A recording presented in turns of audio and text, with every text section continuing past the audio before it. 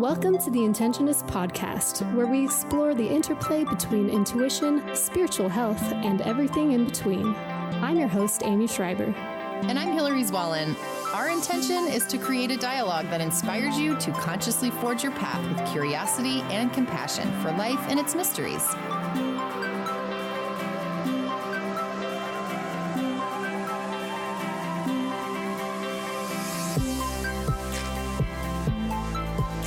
Hello, Intentionists. Today, our topic explores the idea of exposure and how life can dramatically shift when our perception of what's possible shifts through exposure to education, other faiths, and different ways of life and thinking. Hilary and Emmanuel Escamilla discuss resilience, how faith can exist in secular society, humility and gratitude as a spiritual practice, and creating interfaith dialogue to mend the growing culture of division. Emmanuel Escamilla grew up sharing a room with his mother in a trailer in South Modesto, California. He studied at Modesto Junior College, completed his undergraduate degree at UC Berkeley, and his graduate studies in Divinity at Harvard University. His experiences living in poverty and seeing its negative effects on children in his community were the inspiration for founding the CodeX Program, which is an educational nonprofit that exposes low-income middle school students to computer science and technology through summer and after-school programs. Since founding CodeX, he has been recognized as a McNair Scholar, Harvard Innovation Lab Fellow, Forbes Under 30 Scholar, and has won the Wesley Prize for Top Young Innovators in California. Manny is also a co-founder of The Apostolic Magazine, a media platform raising awareness by discussing the interests and challenges of the Christian faith. You can read The Apostolic Magazine at theapostolic.org and find Manny on Instagram as From Emmanuel, FROMEMMANUEL, where you can follow his journey cycling across the U.S. to raise money for CodeX starting in September. Enjoy the show. Manny, thank you so much for joining me today. Oh, it's a privilege. I appreciate it. Thank you for having me. So can you tell our audience a little bit about your story, your background, and how you eventually ended up at Harvard? Yeah, it's a big story. It's a long story, but I'll try to keep it as short as possible. I grew up with a single mother. We lived in Sacramento, California, and we grew up pretty difficult circumstances, I would say. She was single mother, never met my father. He left while she was pregnant, so she was responsible for, maintaining the household even before I was born. So she took care of me until I was about 12 years old, and then we moved to Modesto. She struggled with addiction for the majority of her life there. And also when we moved here, and when we moved to Modesto, California, we lived in the southern part of town. And for those of you who have never been here, which I wouldn't be surprised if you've never even heard of the city before, but the southern part of town is a little bit rough. And we lived on a street called Olivero Road. And that street was notorious for prostitution, cartel affiliation, drugs, violence, gangs, you name it, right? We rented a room in a trailer that my mother's friend owned, and she lived in one room, and my mother and I lived in another. How long were you living there for? Was that like where you grew up, or? So from minus a year and a half in middle school, for the most part, all of my high school and also college, my community college time. So I lived there for about 6 to 7 years, and it was just us two there. I worked to help pay rent and help put food on the table, while my mom was trying to deal with her struggles. Looking back, I think I could say that it was a great experience. I don't know if in the middle of it I'd say that, but how was that as a kid?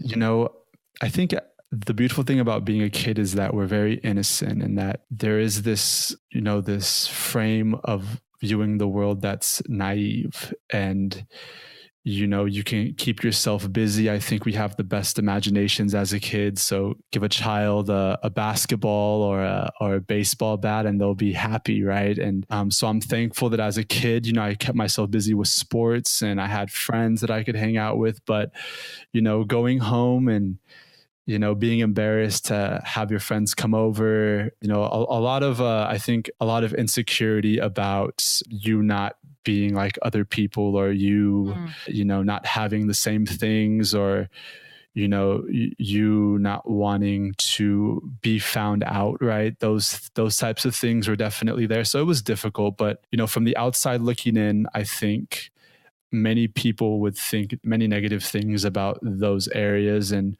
in many ways, I'd never blame them. Those are rough areas for a reason. There's a reason why it's recommended not to walk down them. But when you live there and when you interact with the people that exist there, and that, they may not be doing things that society would smile upon, but some of the best people that I've ever met live in those communities. Some of the best people that I've ever met have issues that are very apparent, right? I think what separates those parts of town from others is that, the nicer parts of town can hide a lot of the issues that they have, and the people that live on the little bit rougher part of town, they can't, right? It's very apparent. Did you feel like who you were, like the community that you were with, that there were other kids your age in the same circumstances, or did you feel like when you would go to school that you were different?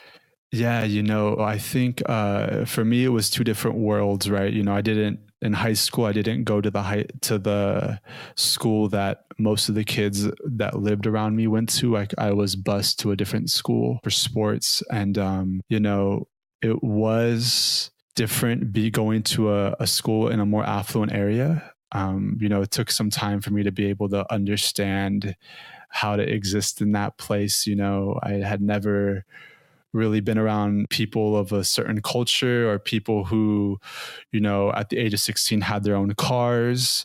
White privilegey stuff. I guess you could call it that. But let's just call the spade a spade here. Yeah. So it took some time for me to get, socialized into that environment. And then going back home and, feeling more comfortable, riding bikes with your friends that you lived with and that you grew up with, right? So you were always teetering between those two worlds from the time you were in high school on. I definitely would say that there's always been this kind of balancing act. You kind of have one foot in one and another foot in another. And, you learn to live like that. You learn to kind of code switch. And I think, as I've grown up, I've really learned to embrace and to understand like the totality of what those two experiences offer. They're not mutually exclusive, but they do, though different, belong together, and you could live a life like that. And I that's something I'm very grateful for learning.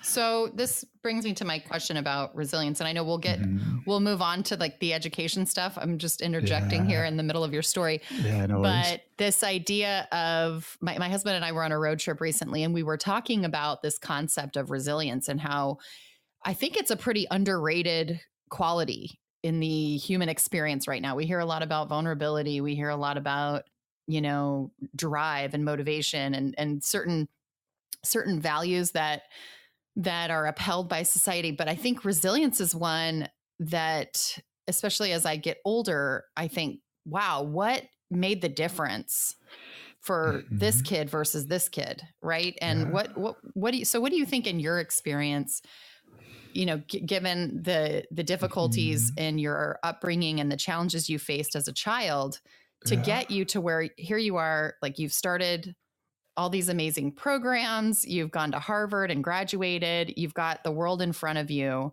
What do you think it is about you or was about you growing up that gave you that resilience?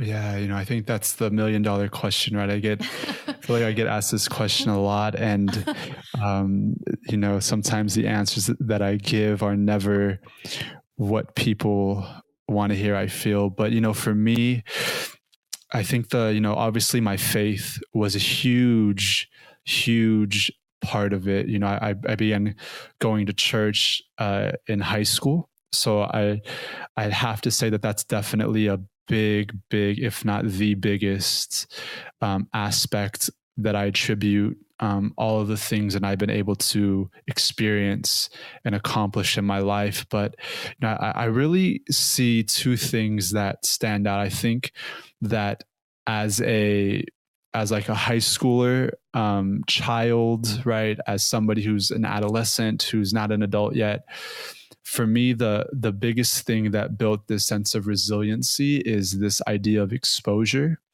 So being able to have a glimpse into a life that could be in store for me and something that was different than the life that I was currently living and that was different from the life of others who were around me. Being able to really see that, and, whether it be going to a college campus, whether it be going to a different school in a more affluent area, or just little things, right? That for me was definitely life-changing. And I do believe that in these rough areas, in these neighborhoods that have a lot of youth that are kind of on the brink of falling through the cracks, one of the things that I believe can hurt them, or that is the biggest threat for their resiliency, is this idea of being underexposed, right? Is not really seeing the world, not seeing what's possible, not even seeing what's beyond the quarter mile that they live on. I tell a story of these two kids who I tutored, who lived on my block, and they had never been to the mall before, and the mall was 6 miles away, and they were in 3rd and 6th grade. Just those types of things. I really believe that if somebody who's in those environments are underexposed, they'll eventually make bad decisions because they have the perception of there being limited options. Right. So they always will live in this prison of the opinions of people who look like them, think, dress, and act, feel like them as well, right? So they become almost enslaved to that perception of the world and that perception of themselves. So I'm grateful that going to a school that was a little bit out of town or out of my place of living, going to a church, having relatives who, would take me to baseball games, who would, watch me play sports.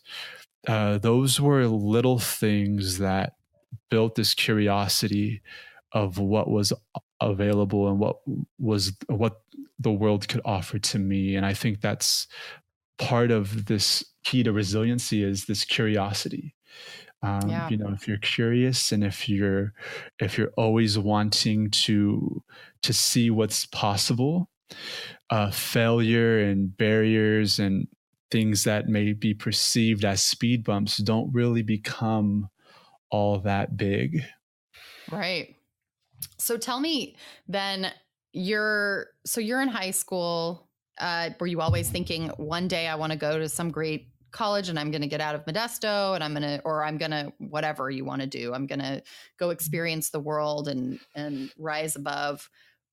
Or like, when did that happen? Talk to me about your journey from high school, doing sports, and to where you are now. Yes, this is actually not a very glamorous answer. Like many high school students who have these aspirations of, being a professional athlete, or, probably being a movie star right out of high school. I think once you become a senior and it's a month before graduation, you kind of reality hits, right? So for me, I was always an okay student. I was never the standout student in high school. I think I had like a 2.9 GPA when I graduated as a senior. So I was never this outstanding student. I was always a good student though. So finished high school, had no idea what I wanted to do. But I knew that I had to work, because if I didn't work, was I going to have a place to live? And you really had that since you were able to get a job, right? Yeah, exactly. You always knew it was up to you from the beginning. For sure. Yeah, definitely. I mean, even through high school, I would work jobs. So I knew I knew I had to work, and I wasn't afraid to work.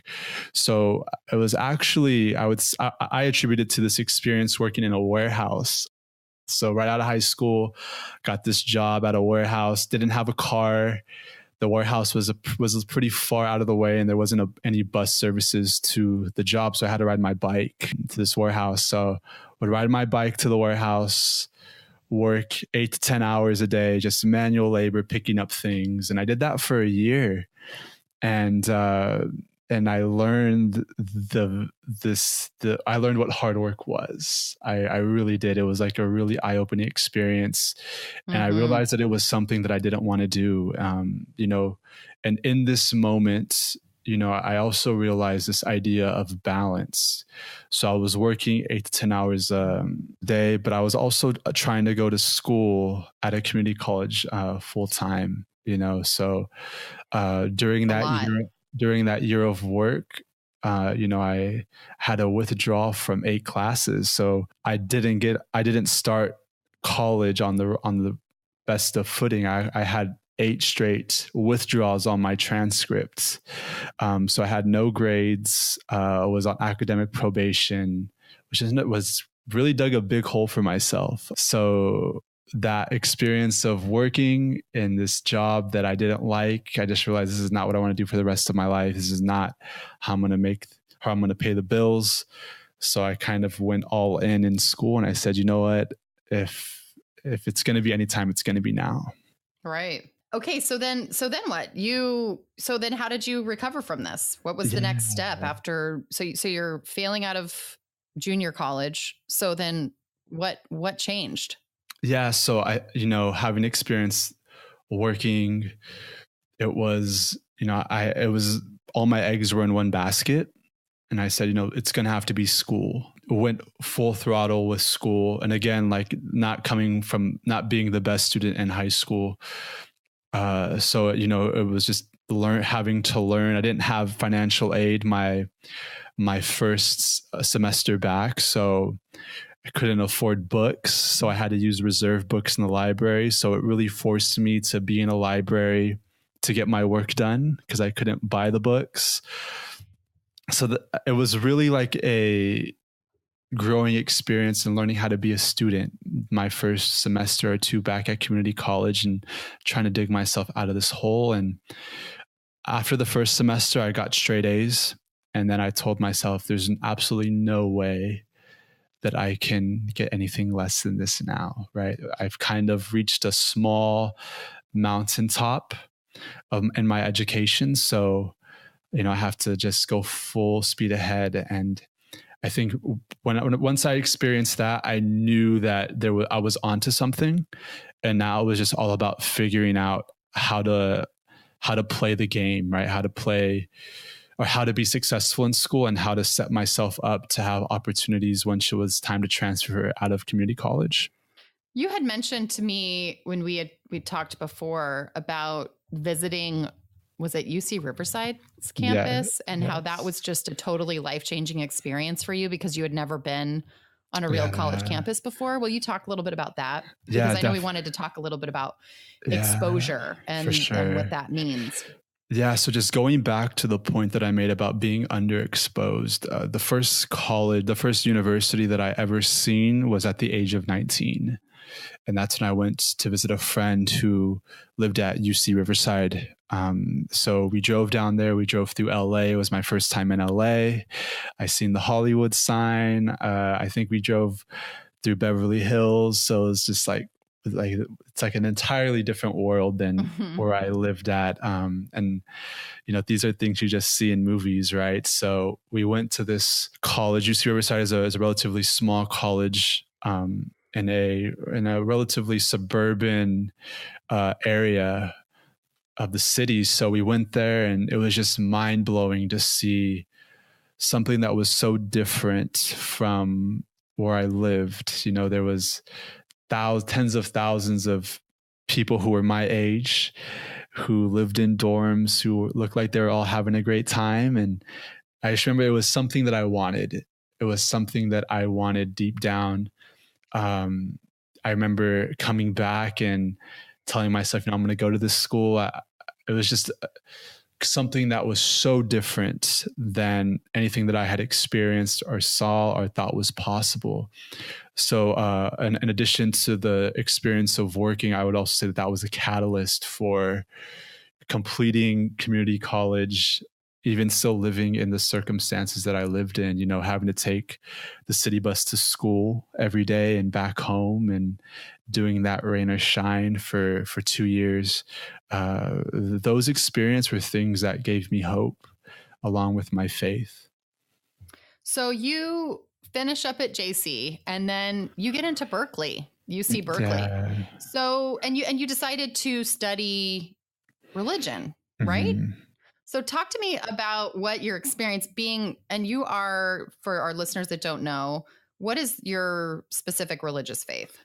Yeah, so I am. I come from the Christian faith tradition. If you wanted to get specific, come from the Apostolic Pentecostal tradition, and the desire to pursue religion, which was one of my degrees in my undergrad, was, I think, out of a desire or out of a not knowing what I was supposed to do. I mean, even throughout junior college, there was still this uncertainty of, you know, what do I really want to commit myself to? And for me, you know, I think my prayer while in school and the transfer process was, you know what, just God, I'll give you my education if you just lead me to what my passion is, because right now I don't know. So I'll study religion. So what was the experience of moving to UC Berkeley, which is famously liberal, right? Yeah. Having come from the Apostolic Pentecostal faith, which is pretty conservative, right? So was there any cognitive dissonance for you? Was there any, like, how was it internally being exposed to, I'm assuming being a religion major that you were exposed to lots of different faiths. And so sure. how was that for you? Yeah, so I think I think a good way to illustrate it was probably my first experience moving into the dorm. So it's my first time moving on campus. It's move-in day, and somebody who I consider to be my spiritual mother drove me up there with her 2 kids and her husband, and we moved into the dorms, and, you know, they're all happy. And so she's like looking around to see, you know, where's like the kitchen, where's the lounge is at. And she walks into the bathroom, and she thought it was like a single gender bathroom. So it's just guys, all the men would be in one and all the women would be in another. But when she realized it was co-ed, she almost flipped out, right? Like it was something that was completely different than what she expected. And I think at that moment, all of the fears of what she thought UC Berkeley were probably coming to light, right? So, you know, but I think I went there ready to be challenged. I told myself that if this faith was worth believing, if it can make it through this challenge of being in classrooms with people who come from different backgrounds and different perspectives, if it could make it through that, then I'm sure it can make it through anything. And I'm sure that it's real. So I really went there with an open mind to having my faith challenged, but also knowing that at that moment, I was sure that this was what I believed in, and I was 100% sold that it was real. So I was really open to seeing, you know, what were the holes in the theology of my faith, because I felt that in that I'd be able to see the world better, I'd be able to understand God better, and I would also be able to understand myself. So it wasn't this fear of, oh my goodness, I'm going to this very liberal school. And I think part of kind of brings us back to exposure, right? Exactly. And I think part of not growing up in church was a benefit for that. You know, I didn't grow up in church, so I didn't really understand the church culture, you know? Right. So I think I was more open to this different way of going about things. So the idea that maybe if, you know, you're looking at other people's beliefs and it's not threatening to you, because you're like, I'm studying it for the sake of understanding, for understanding my fellow man, but I'm going to hold to whatever I believe and believe that, and and you're coming from a place of, I don't know, calm, Yeah, focus, power, yeah, where like it there doesn't was have to be this like threatening thing that there's somebody that has an opposing view or an opposing tradition to what you practice. completely. I think you hit it on the head. I wasn't like scared. I wasn't like protecting my Bible going into these classrooms. Like I knew what I believed, and I knew that it can withstand these challenges. Did you have any sort of shift from the beginning to the end in terms of how you approach your faith, having been exposed to all these religions afterwards? I know for my own personal journey, it's ever evolving, obviously, but I think I remember I went to BYU, which is a very religious Mormon school, and I remember just learning a ton about my faith and feeling really strong about it. And then as I've studied other religions, my view of all of it has shifted. So how is it for you? Yeah, that's something that I began to reflect on. And when I look back, I realized that, in junior college, it was about securing my faith. So, I had just, my circumstances were difficult. I had barely started going to church of, less than 5 years. So I was really in this mode of like, how do I secure this faith? How do I really learn about it? What do I really believe? What is this all about? And when I went to UC Berkeley, it was about, for me in my classrooms and in my studies, how does my faith exist in a secular world, right? How do I live this out? And then graduating from UC Berkeley and going to Harvard, for me, it was more of something that was a bit different. It was this idea of how can my faith be applied in a secular world outside of just traditional ministry, preaching, church services. How can my faith exist in a new way in a world that hasn't seen it yet and applied? So that was a journey of faith for me while in school. Do you feel like, and I know you're kind of at the beginning of starting your career, you've just finished your Master's of Divinity at Harvard, but you've started this CodeX program, which we'll talk about in a second. And I just know you've got amazing things ahead of you, and you've been pretty public. Like you speak at a lot of events. Do you feel pressure to show up a certain way, internal, external, in terms of being a representative of your faith? Yeah. I think or one of the popular terms, I'm not sure if it's, or phrases, I'm not sure if it's the same in the Mormon faith, but I know in our realm, in the Apostolic Pentecostal realm, this idea of protecting a testimony is very big. So you always kind of want to be. It's a big deal for Mormons. Yeah. Yes. And I think for me is, if I have to constantly, protect an image, for me, that's being fake to a certain extent, right? So I'm very careful in walking that line. I think being authentic and real about difficulties. I think being, true to oneself and, discussing and having friends of different religions and having this holy envy, so to speak, of what other people believe in and seeing the beauty in that and being open about that. I think that's something that's important to me. And that's something that I'm not going to hide just to gain approval within a sphere of like-minded individuals, right? I think this idea of being underexposed perpetuates this idea that I have to be perfect at all times. But I think once you're exposed to the real world, once you see what's really available and how faith can really be transformative outside of traditional ministry, you're open more to people, and you're open more to being authentic. It's no longer about maintaining this pristine image, but it's about being real with flaws and connecting with people. What is your spiritual practice like? Like, do you have a daily spiritual practice, or is it attending church? Is it like, do you have kind of a daily ritual that you do in terms of scripture study or whatever? Or is it just like, and has it changed? What's that like? Yeah. So, I've always loved reading the Bible. For me, that's I think. What version do you read? Yeah, Just so I curious. read the NSRV. That's the version I read. But for me, my spiritual practice is all about maintaining a disposition of consistent humility and grace, and gratitude.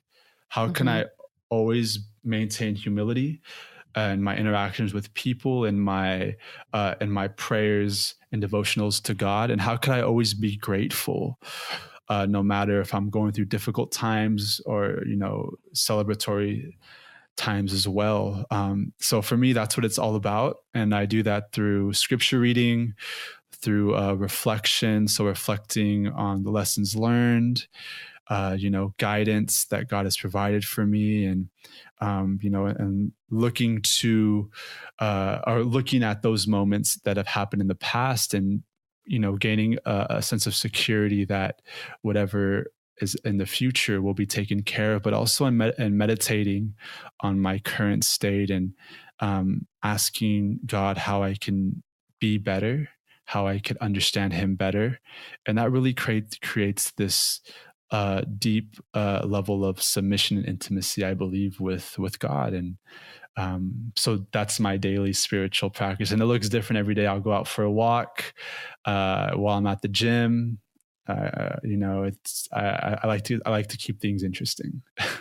I really like that. I think it's beautiful. I think the idea of being open to it looking different every day, but having the intention to like, what did you say? You said like having the humility and the attitude of gratitude.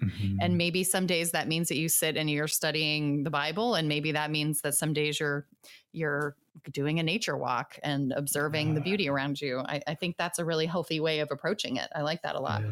Yeah, totally. I agree with you 100%.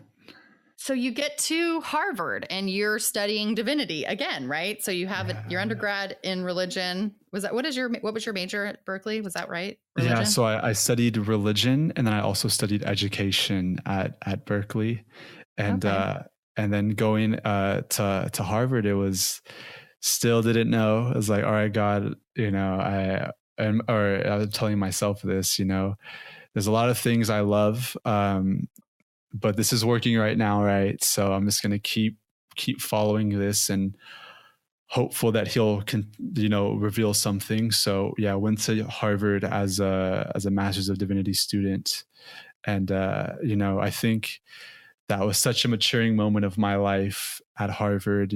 Being away from my family, my mother, my friends, my church, and having to learn how to live on my own, and having to learn how to really apply my faith in different ways. So it was a great experience. I'm eternally thankful for it.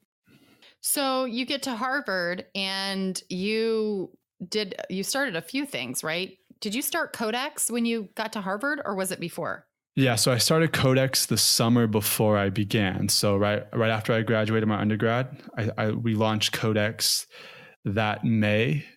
And will you tell our listeners what CodeX is? Yeah. So the CodeX program is a program that seeks to make technological education more accessible in low-income areas. So we do that through summer computer science and robotics camps. We also do that through professional development opportunities for teachers, along with teacher training. So we're located here in Modesto. We also have multiple other sites.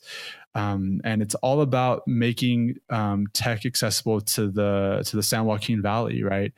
It really came out of this experience of living in the Bay Area, and once you crossed over the Altamont, so a third of the way back, coming back home, things look drastically different. You start seeing farmland, and while in the Bay Area, there's this huge tech boom, there's a lot of jobs. And for me, I realized that one of the things I honed in on, I placed a bet in what could have been a reason for the difference and the disparities, was the access to technological education and exposure for students in middle school and elementary school. So in the Bay Area, a lot of their public school districts had already offered it. And by the time that students were in high school, they already had a skill set that set them apart and ahead of students from the San Joaquin Valley. So one of the goals was that by bringing that type of learning experience home, it would be a catalyst for helping students gain access to 21st century skills that would make them viable in the workforce. That's so awesome. And for our listeners who don't know, Manny did a TED Talk and you talked all about this. And I loved the analogy that you used with the David and Goliath story. Do you want to just mention that really quick? Yeah. Thank you. So it was a great experience. And so the idea was that, we're all familiar with the Sunday school story of David and Goliath, this young boy who uses his sling and rock to slay a giant. But I think the idea that I was trying to make was that David's utilization of the sling and the rock was a form of technology. It was something that was different, was out of the ordinary, almost a disruption in the traditional methods of warfare of the time. So in that same way, you can overlay that story to students who come from underprivileged areas and who have access to this capability of technology, can slay the giants that they face, whether it be oppression, cycles of poverty throughout their family, and things of that sort. That's so cool. That is just, I love, you've talked a lot about wanting God to light your path and kind of showing you the way. And I can't think of, a better way, like you said, to help provide a path for people who may not have a way otherwise. It's a really great way to shine a light on what's possible for children who are in underprivileged situations. Talk to me a little bit about the Apostolic magazine. Yeah. So this was something that really came up just from a discussion of friends. I'm very grateful that while at Harvard, I went to school with two great guys who also come from the same faith tradition as me. And what we wanted to do is we just wanted to be able to have these discussions, given that, there's a lot of people our age who are in college, who graduated and are in the workforce, starting careers. And there's also a large group of people who were in high school getting ready to begin college. So we wanted to create this place where we can talk about current issues, things that affect and that have ties to our faith.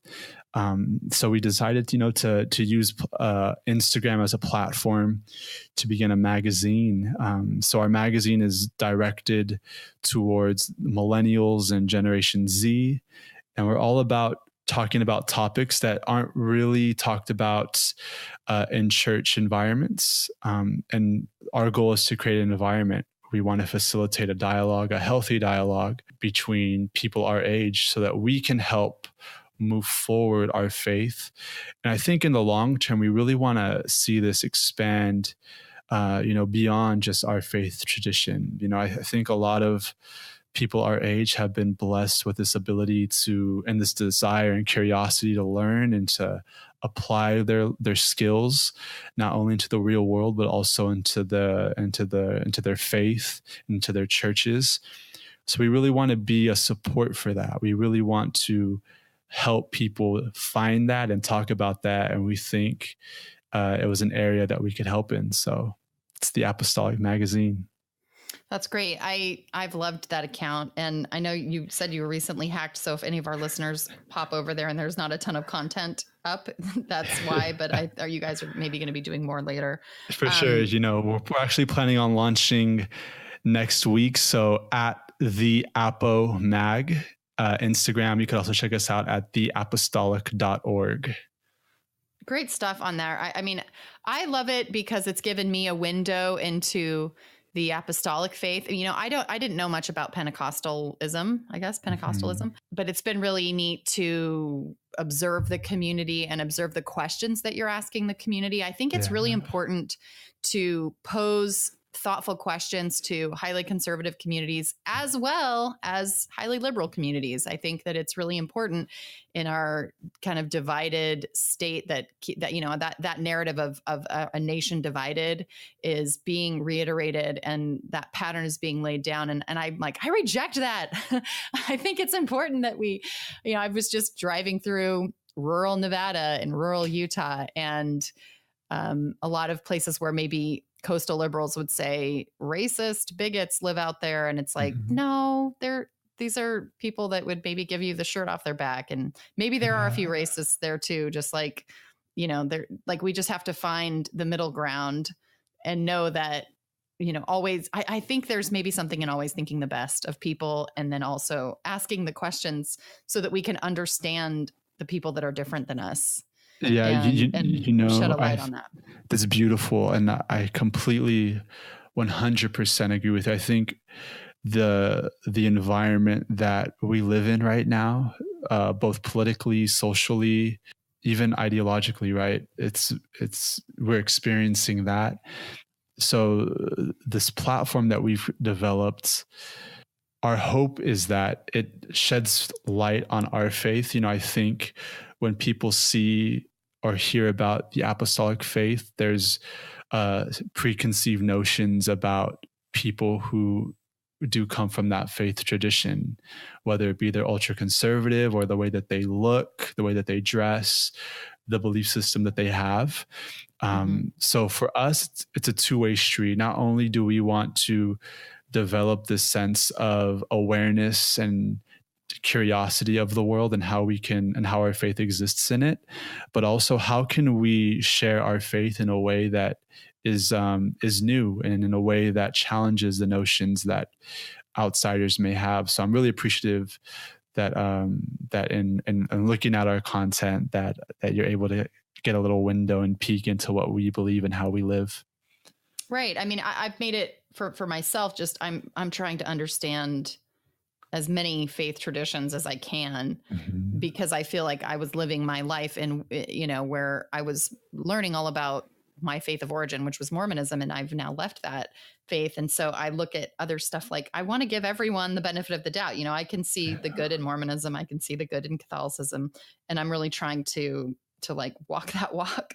But I think you're doing a great job on how you're presenting. And I just, it's encouraging to see communities that maybe you could label as insular communities. I think religions in general, like there's in groups and there's out groups, right? That's what kind of makes them unique, is that there's, of course, it's like, come and worship, but there's a part of being like, are you going to join us, or are you one of us, or are you not one of us? And how do we interact together, within this, cultural environment called the US or the world, however we want to put it.